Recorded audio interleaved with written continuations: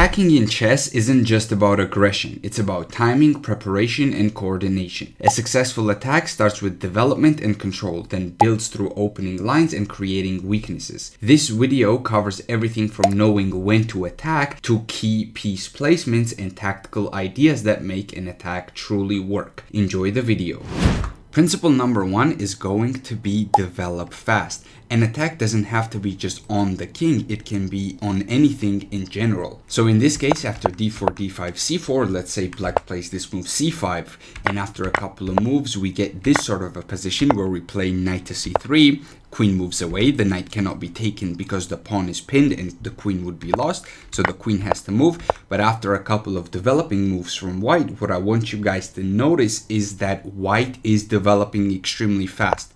And if we look at this position right here after rook to c1, creating potential discoveries on this bishop and also giving away the knight on d4, what I want you to notice is that white has 1, 2, 3, 4, and maybe 5 if you count this queen as developed, because it's technically on an open file. So white has 5 pieces that are about to be very active, while black has only 2.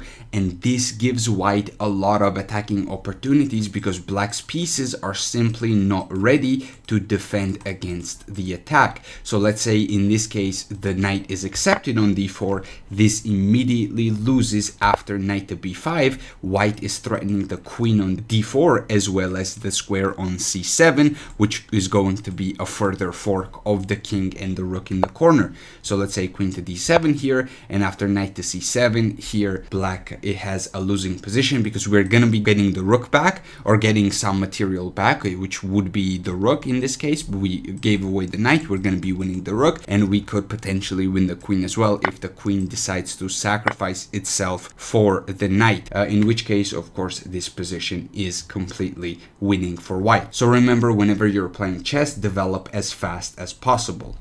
Principle number 2 is going to be to use all of your pieces. Some of you might recognize this position from Paul Morphy's opera game, and I think this game perfectly illustrates this principle. So after bishop to c4 here, and a couple of not developing but attacking moves, queen b3 for example, attacks the pawn on f7 and the pawn on b7. Black developed the queen to defend this one, but sacrificed the pawn on b7. And after knight c3 and a couple of developing moves, we got this position right here. And what I want you to notice is that how every single one of Morphy's pieces are playing, except this rook, which will become active in a moment. But right now, this bishop is extremely active. The other bishop is also extremely active. The queen is good and the rook is very good as well. Meanwhile, black has 2 very, very undeveloped pieces that are not doing anything. The rook on h8 is not doing anything. The bishop on f8 is not doing anything. And after a couple of moves, we got this position where Morphy sacrificed even more material in order to bring his final piece into the attack. And he was able to utilize all of his pieces in a very, very remarkable way with this brilliant queen sacrifice, queen to b8. The only move is to accept the sacrificed queen, and then rook to d8 is checkmate. So this is an excellent example of why you should use all of your pieces in chess. Principle number 3 is going to be don't attack if you're down in development. So the position that you see on the screen right now is 2 knights Spanish, where white played bishop to b5. And let's say in this position, black plays this move h6, and after castles, black plays g5, trying to start an early attack. Well, this is simply not going to work because black is down in development. Black has only 2 knights active, while white has 2 knights and a bishop and a castled king in addition to that. So white is simply up in development and significantly too, not just by a little bit. White is up like 2 developing moves, which is bishop to b5 and also castles. And in this case, what white can do is strike in the center, and after a couple of moves, black is simply going to get a better position. And all of this stems from the fact that black attacked when he was down in development, because the pieces are just not ready for an attack. If we go back here, like, what are you going to attack with? Like just the knights against like knight, queen, and rook? That's not going to work. Even the pawns are good enough to stop the knights here. It's just simply not enough. So when you're down in development, do not attack. Prioritize developing before you start an attack. Principle number 4 is going to be close down or control the center if you're going to attack on the flank. So that's going to be either on the king side or on the queen side. In this case, it is going to be on the king side. So the correct move in this position is this move pawn to d5. Why is this move so important? It's because we want to launch an attack on the flank and we want to not allow black to create counterplay. If we simply go h4, it's still a good move because this position is so dominant that we can still play h4 and still get a very, very nice position. So if you played h4 in this position and you were one of my students, I would not get mad at you. I would tell you that it is a good move. But in this specific case, you allow black to capture the pawn on d4, which will open up the bishop, which will open up the square on e5 for the knight, and also the square on c5 for the knight, because the pawn on d4 will no longer be here to control this square. So what you want to be doing in this position is playing this move d5. This ensures that this bishop is closed. This knight still has the c5 square, but it's sort of alone in his journey. So the knight on c5 in itself is not going to do any damage. It needs other pieces because the knight's just simply not enough. One knight is not going to beat a whole army of pieces over here. And also, we are basically freely going to attack the king side now without having to worry about anything other than potential like f5 pushes, which of course in this case benefit us because of how well controlled the square on f5 is. So remember, whenever you're trying to attack the flank, or the king side in this case, you want to close down the center, or at least make sure that opponent's pawn breaks and pawn play is restricted. If you can do that, your flank attacks are going to be very successful. Principle number 5 is going to be always look at tactics on soft spots. So in this position, let's say we play this move d4. After pawn takes, we go bishop to c4. This is the Scotch gambit.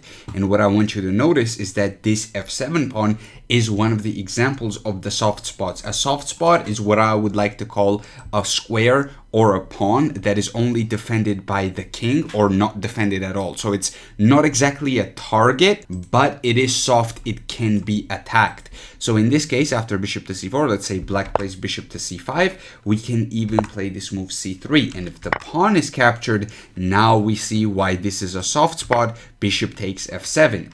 King takes f7, queen d5, forking the bishop and the king. King goes back. We can throw in this check on h5 just to force out a weakness on g6, and now we capture this bishop on c5. So there's always going to be tactics on these sorts of soft spots if your opponents make a mistake and if you build up pressure on these squares. So make sure you guys target soft spots. A soft spot can be f7 square, it can be the h7 square if you're able to target it. It can be anything in general. It can be c7 also if you have a bishop on f4 and the knight on b5. The c7 square can also be a soft spot. So make sure you guys always look at tactics in these sorts of positions. Principle number 6 is the rule of +2, which means that you need 2 more attacking pieces than there are defenders. So in this position, we have both knights, that's 2, both rooks, that's 4, and the queen, so 5 pieces against 1, 2, and 3 defenders. This queen really doesn't count, and let me show you why.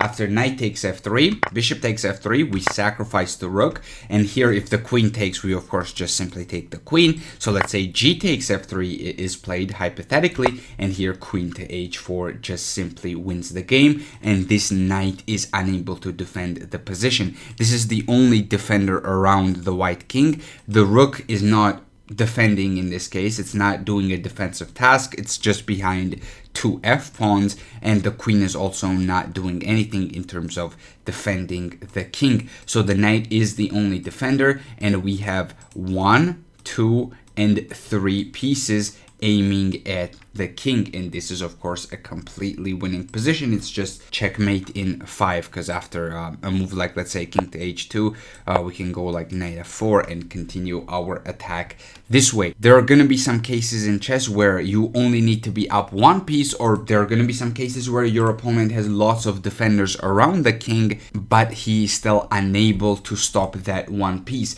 This rule is sort of situational, but majority of the time it works. But of course, there are going to be some exceptions. Principle number 7 is going to be open up the center when the king is in the center.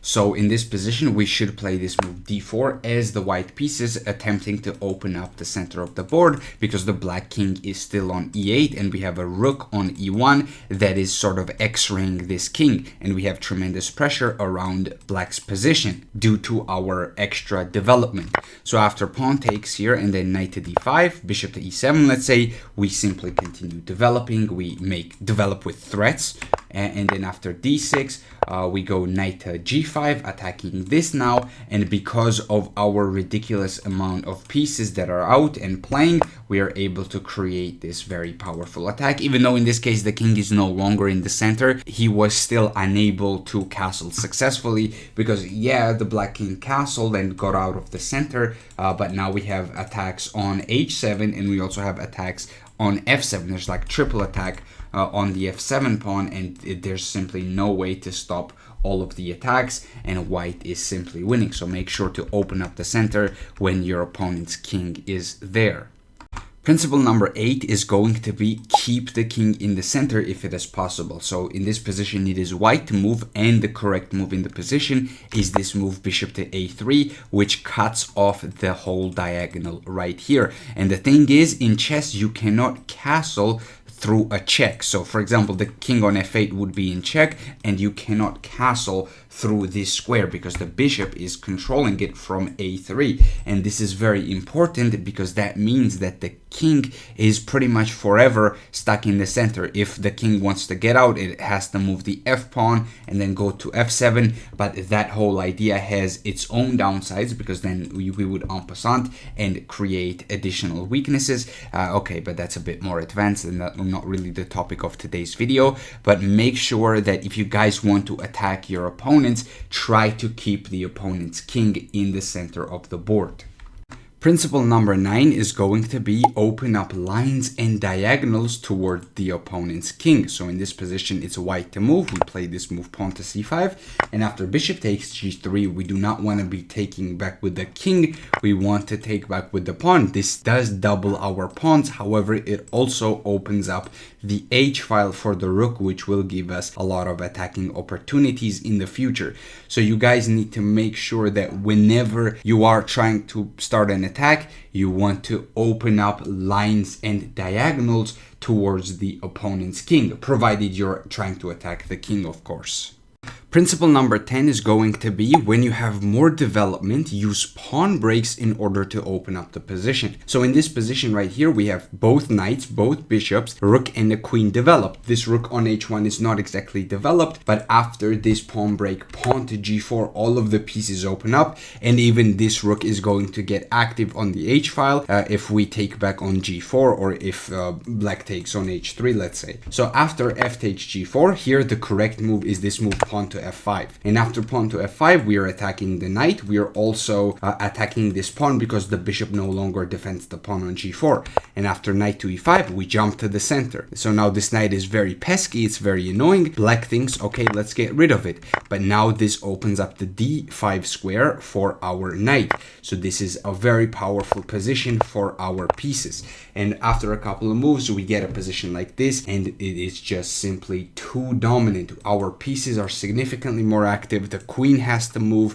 If the queen moves here, then the rook and the queen get forked. If the queen goes back here, then we take the knight. So as you can see, all of this happened because of this pawn break, pawn to g4. Even though it is a pawn sacrifice here, we are sacrificing this pawn. However, we are activating all of our pieces. Our pieces are developed. However, we need a pawn break to open up the position so these pieces come to life. So remember, whenever you have more development, open up the position.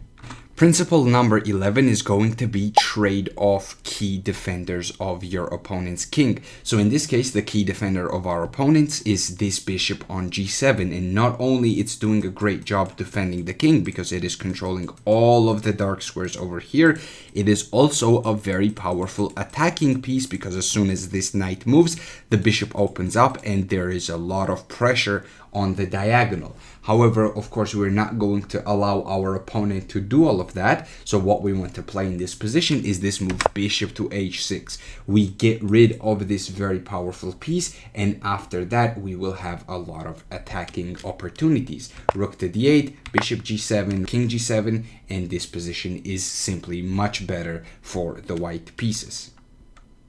Principle number 12 is going to be to use clearance sacrifice in order to open up squares for your pieces. So in this position, the best move for the white pieces is this move pawn to c5. This might look like a very counterintuitive move, however, it actually makes a lot of sense. So what happens if black captures this pawn? If this pawn is captured, we have pressure on the d file and we can discover attack this bishop on d7. Once we move the knight, the bishop is simply under attack. However, this move c5 also opened up this c4 square for the rook. So at any moment we can go rook to c4 and then bring our rook over here to attack the black king. So what that might look like is rook to c4 here, bishop to g3. We cannot bring the rook right away because the bishop is defending, of course, so we have to move the knight, and it is best for our opponent to actually straight up just trade. We have too many attacks here, too many threats, so our opponent should really take on f4. We also have knight h5, that's another threat. So after captures on f4, rook captures on f4, bishop to c6, we get a position like this, where our rook is very powerful on f4, but it's going to become more powerful in a second once it lands on h4 or g4, depending on whether the pawn is here or somewhere else. But in this case, rook to h4 just simply threatens mate, and there is no good way to deal with this. Because if you play a move like rook to h7, for example, you would capture this rook and then the attack simply continues. The attack is not over. We can go rook d7 and attack this pawn. Rook defends, we take on b7. So this position is very strong, and all of this happened because we played this c5 move, which is a very, very nice move. And I think it's the only move in the position. Let me quickly check. Yes, c5 is the top computer move. This is a very powerful clearance sacrifice. Principle number 13 is going to be start a pawn storm in opposite side castling situations. So in this position, the white king has castled queenside and the black king has castled kingside over here. So what both sides want to do is attack each other's kings. So what that might look like is something like this. We play g4, and what black wants to do is attack over here. He first of all has to defend the knight. Of course, he cannot move the b pawn, so he defends the knight. We continue our attack with h4. Black plays b5, and both sides are just trying to attack each other. Principle number 14 is going to be attack on the side of the board where your pawn chain is looking towards. So in this case, black's pawn chain starts at c7, d6, and it goes to e5. Well, the central pawn chain. So the black's pawn chain is going this way. So the natural follow-up is to play the move f5. However, of course, we cannot just simply play f5 here because the knight is in the way. So the correct move in this position is this move knight to g4, which attacks the bishop on e3 and also opens up the way for the f pawn. Bishop moves to d2. Now we play this move pawn to f5. This is the rule of the chain. You want to play on the side of the board where your pawn chain is looking towards. That's why white wants to play a3, b4, and c5 because the pawn chain is looking this way. However, black's pawn chain is looking this way, so black wants to play f5. Principle number 15 is going to be to use pawns as hooks. So for example, this pawn on h6 can be used as a hook if we play this move pawn to g5. And what we are threatening here is to simply capture this pawn on h6 and open up the g file. Now, if our opponent pushes, we can simply take on h5. So this is not an option for our opponent. If our opponent instead takes us, Great, that also works for us. We don't need to open up the G file anymore. Instead, we can use the H file for attack. So no matter what our opponent does, we have options and we have opportunities to attack him. This works in other positions as well. Even if it's a fianchetto position, for example, let me go to a position like this. When we play a move like h4, h5, what are we trying to do? We're trying to take on g6 and open up our rook. That is also a hook. This pawn on g6 is also a hook. And going back here, in this case, the h6 pawn is a hook. So we can try to open up the black king with a move like g5. Principle number 16 is going to be to use weak squares in our opponent's position. So for example, when you look at this position, where do you see weak squares? Those are f6 and h6. If we could get some of our pieces there, mainly our knight and the queen, we would be completely winning because the knight on either f6 or h6 would be simply devastating. So let's try to do that. The correct move in this position is this move, knight to h2, with the idea of rerouting this knight to g4 and to either f6 or h6. And there's not much that black can do in this position because there just simply aren't that many options. The black bishop is stuck on c8. It cannot be easily developed because if it goes to d7, it will be captured. So what we can do is just simply bring the knight to g4, and then we can either go to h6 and then win this pawn on f7 if it is undefended, or we can choose to do something else. But make sure you guys use weak squares. On a very similar note to last one, you guys also want to use weak color complexes. So in this position, all of black's pawns, or most of black's pawns, are on the light squares. And also, black does not have a dark square bishop. So there is no dark square bishop and there are no pawns on dark squares. So these squares are going to be weak, and this color complex is going to be very, very weak. So in order to use this color complex effectively, what we need to do is first of all bring the queen closer with a move like queen to d2. Let's say our opponent plays b5, we can now go queen to h6, and now once we play the move d5, we're opening up the bishop and we're threatening a checkmate on g7. If our opponent captures, we don't even have to take back. We can go d5 right away. And this is not the only way to use this color complex. For example, our opponent does not have to take on c4. He can instead push this pawn to b4. Now we don't have time to play d5 because our bishop will simply get captured. However, we can exchange here and drop this bishop back to d2, and we can then reroute this bishop to g5. So this is not a problem either. Let's say our opponent I'm not even sure what our opponent is supposed to play, to be honest, because the position is that bad. Let me just make a random move like rook to a8. We can play this move bishop to g5, and then we're still bringing this bishop over here to f6. If pawn to f6 is played, now we have sacrifices on g6, and all of this happened because we were able to attack the dark squares. Principle number 18 is going to be to attack on all sides of the board. So what are the sides of the board in chess? We have the center, first and foremost. We have the king side, and we also have the queen side as well. So in this case, we're dominating the center of the board because we have more control over the squares, and also our opponent's pawns are placed on light squares while he has a light square bishop. So this is very, very weak. And we are also dominating the queen side because there are simply too many targets here, and black is forced to use resources in order to defend those targets. So for example, we have a lineup here of the queen and the bishop. On a6, the rook is also pressuring a6, so black in this position plays knight to b8 in order to hold everything in place. And it's not so easy to find a breakthrough on the queen side because b5 does not necessarily do much in this case. It does trade, but the rook is defended, so there is no pin here to use. However, instead of going b5 or doing anything like that, we know that we are winning on the queen side. We know that we are winning in the center. How about let's win on the king side as well? So in this case, the correct move is actually this move, pawn to g4. attacking this side of the board in addition to attacking the center and or the queen side. And also we are trying to open up this bishop on d3. And after a couple of moves, let's say rook to f7 is played, we can even go g5. Let's say h takes g5. Now we can go queen h5 and take on g5.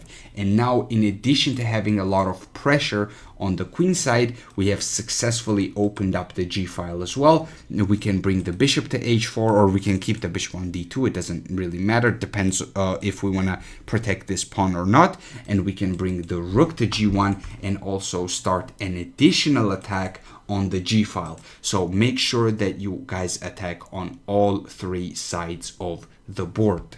Principle number 19 is going to be opposite color bishops favor the attacking player. So in this position, we still have opposite color bishops on the board, but there are also rooks. Whenever it is just the bishops and they are opposite color, it is usually going to be a draw in this kind of a pawn structure. However, with the addition of the rooks, that makes the position way more complicated, and the position is actually no longer a draw. It is actually winning for the white pieces. Now, the way we win this is we need to target soft spots. Okay, where are the soft spots? For example, f7 is a thing that we can target in the position. Correct move is rook to d7, even though it allows rook to c2. After rook to c2, we move the king out of the way. a2 is captured. Now we go bishop to d5, attacking the rook and attacking the pawn on f7. Rook to a1, takes the pawn on f7, and then rook to a5. And after a couple of moves here, what I want you guys to notice is that we have a monstrous attack. And even though our opponent has two connected passed pawns, our position is simply too active. We can play bishop c6 and pick up the bishop in this case, for example. And all of this happened because we started an attack. In opposite color bishop positions, whenever there are more pieces on the board, you need to attack. Principle number 20 is going to be attacking does not mean just attack the king. You can use an attack on the king to win something else. So in this position, let's say black plays this move bishop to d7. What we can do is play this move e5. This opens up our bishop and removes the knight. So the knight has to move, and then we play this move queen to e4. We are threatening checkmate on h7, which of course is defended by black with this move f5. However, we don't necessarily have to force an attack. We don't have to move the queen out of the way and then go like g4 to attack over here. We can just simply take this pawn on b7, and this right here is a free pawn. So we have used the attack and the threat of a checkmate in order to win the pawn on the other side of the board.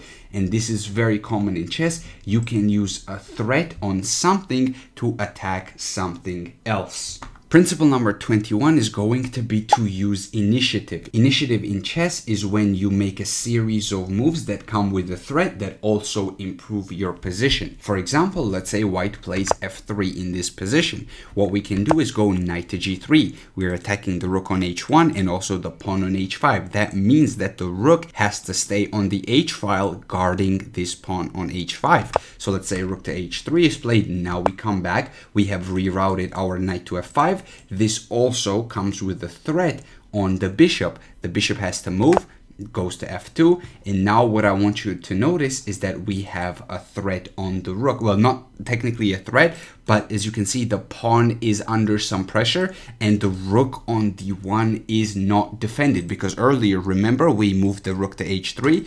This rook is not defended anymore, so we can just simply continue hammering at this pawn with a move like c5. Opponent defends, but we can capture on d4, and now we can go bishop to c5, still keeping up the pressure on this pawn. And next move, we are going to take this pawn, unless white plays this amazing move f4, which does defend the pawn because we can't take it. If we take it, there's going to be like various rook d3 ideas, and the position is just simply lost for black. However, we can go rook to d5 and simply use the positional advantage that we got from this position. Like we can move the bishop back to d6, and we can get a sort of a good knight versus bad bishop scenario. At some point, we can even trade off bishop for the knight, and our pieces are simply better. We have more targets in this position. However, all of this happened because we were able to make so many moves with threats. So let's say f3, that's knight g3. One move is with a threat, rook h3, knight f5. That's two moves. 3. Well, that's a forcing move. So 4 and 5. We made 5 moves in a row. All of them came with threats and all of them improved our position. So this is what I want you guys to understand, is that you need to make moves with a threat that also improve your position. This is how you use initiative. Principle number 22 is going to be to not waste any time. So in this position, as you can see, our pawn on d4 is under attack by the pawn on c5 and also the knight on c6. However, we do not want to wait around and play moves like c3 defending this pawn. We could, but it's just not the best option. Instead, what we can do is go for a vicious counterattack, wasting no time. We can play this move g4. And after h takes g4, let's say, we are not going to waste any time recapturing this pawn with a move like bishop e2, for example. Why should we do that? We do not need to do that. Instead, what we want to do is continue to hammer at black's position with a move like h5. And after h5, let's say knight captures the pawn on d4, we bring the queen over and our attack continues on the h file. Let's say the rook moves, we open up the h file now and we go in g7, we go in h7, then we take on g6 and we simply have a monstrous attack. Principle number 23 is going to be to sacrifice pieces in order to open up the king. So in this position, as you can see, our opponent has this sort of a fianchetto structure without the bishop, and all of our pieces are aiming towards his king. So what we need to do here is get rid of all of these pawns that are defending our opponent's king. So the correct move in this position is to go bishop takes g6, sacrificing the bishop. After f takes g6, we need to play knight takes g6, sacrificing the knight as well. After hg6, we go queen g6 and we simply have a monstrous attack. The best move for black here is to actually block with the queen, and then we simply go into a winning endgame. Of course, if our opponent goes knight to h7, this is checkmate in 1. Principle number 24 is going to be to use rook lifts. So in this position, what we can do is bring this rook from e1 to e3 with the purpose of moving it to g3 and threatening checkmate on g7. So let's say our opponent goes rook f to d8. First of all, we need to defend the pawn on e5 with a move like f4. If we go to g3 right away, we lose this pawn. We don't exactly want to do that. So we defend the pawn. Let's say the rook goes to d2 in order to line up an attack on g2. However, there's simply not enough time to do that because after rook to g3, the threat and the attack on the g file is simply devastating. Principle number 25 is going to be knight on f5 is a very, very powerful attacker. So in this position, if we are able to put this knight on f5, which we are doing right now, we have a lot of pieces aiming at the opponent's king. And there is a huge threat in this position, which black actually missed after the move d5. There is this move knight takes g7. After king takes g7, queen takes h6 simply leads to a winning attack. We can even take the knight right away, but it's actually better to force the king to h7 and then capture this knight, because then we have queen h6 with check. Principle number 26 is knight on f8, never mate. And this is a very common saying in chess, and it holds true to this day. If you put the knight on f8 as the black pieces, or with the white pieces, that would be the knight on f1, the position is simply very, very well defended. There's no way to access h7 because it is so well protected by the knight on f8. And the later on, this knight can go elsewhere. For example, it can go to g6 and somewhere else later on in the game. However, right now, this knight on f8 is a very powerful defender. Principle number 27 is open up the door for your queen. Your queen is the most powerful piece on the chessboard, and in a lot of cases, it is going to be the piece that will lead the attack. So in this case, after h takes g6, f takes g6, how do we continue this attack? We can go queen to h6, or sorry, bishop to h6, but at this stage, we actually have a better option, and that better option is this move pawn to g4 with the idea of transferring the queen over to h2 to straight up just attack this pawn on h7, and this idea in this case cannot actually be stopped. So remember, open up the door for the queen.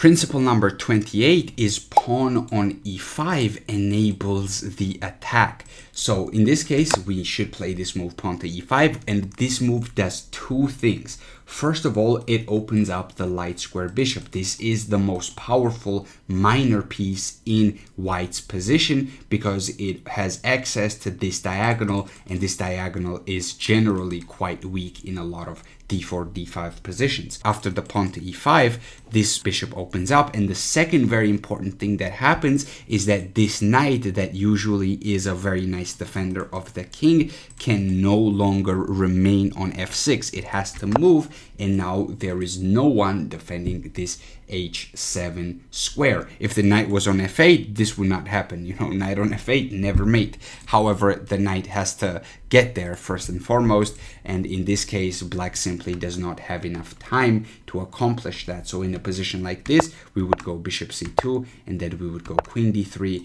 and we have simply tremendous pressure on our opponent's position. Principle number 29 is keep the queens on the board whenever you're trying to attack. So in this position, the best move for the white pieces is this move f5. Even though it does sacrifice a pawn, it opens up the bishop, and it also opens up the rook if the pawn captures on either e6 or g6. So in this case, let's say our opponent takes on f5, we go bishop to g5, and let's say he goes h6, sacrificing this pawn. h6 might look like a weird idea, but after bishop takes h6, what black is trying to accomplish is moving this knight away from the f6 square to offer the exchange of the queens. And this is a very interesting idea. However, we must decline because we are the ones attacking. If you are the side that is attacking, you do not want a queen trade. So here we would play a move like queen f4. Principle number 30 is use overextended pawns. So in this position, h6 and g5 are overextended pawns in black's position, and we tell beginners not to push the pawns in front of their king because this is what might happen. In this position, what we can do is use this h pawn, push it to h4 in order to threaten to win this pawn on g5 and open up the h file. Let's say black plays g4 in order to try to close down the position. We go knight to h2, further attacking this pawn. Let's say our opponent plays h5 to defend the pawn. Now we go f3. If the pawn is pushed further to g3, which is ridiculous, this pawn traveled the whole way through, we can go knight f1 and simply pick up this pawn. However, if the pawn captures on f3, we simply capture back with the open g file and a lot of attacking opportunities. And finally, principle number 31 is going to be drop the bishop back and line up a bishop and a queen battery. So in a position like this, and in a lot of d4, d5 positions, you can play this move bishop to b1 or bishop c2. It's a bit more situational. In this case, bishop to b1 is very, very nice. And let's say our opponent plays rook to c8. We can just simply bring the queen forward, and we have lined up an attack on h7. Now, this doesn't mean the position is winning immediately. However, this is sort of a headache that our opponent constantly has to deal with. And if he plays a move like g6, it is possible. However, it is creating dark square weaknesses, which we can utilize later on. So this position is simply better for the white pieces. Not by much in this specific case, but in practice, it is actually better than plus 0.7 in my personal opinion. Of course, you cannot be a good attacker without having good middle game fundamentals. So be sure to check out my 42 middle game principles video. See you guys next time. Peace.